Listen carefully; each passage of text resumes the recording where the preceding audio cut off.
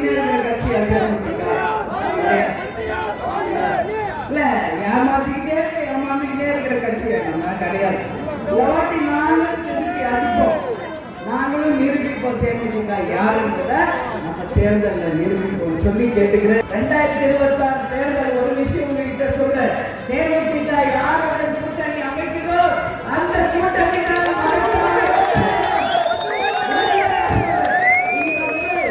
மிக பிரமாண்ட வெற்றியை தேமுதிக கூட்டணி அமைக்கின்ற நம்ம கூட்டணி ஜெயிக்கும். எல்லா வெற்றி வேட்பாளர்களோடு மீண்டும் எல்லாரையும் நான் சந்திப்பேன்.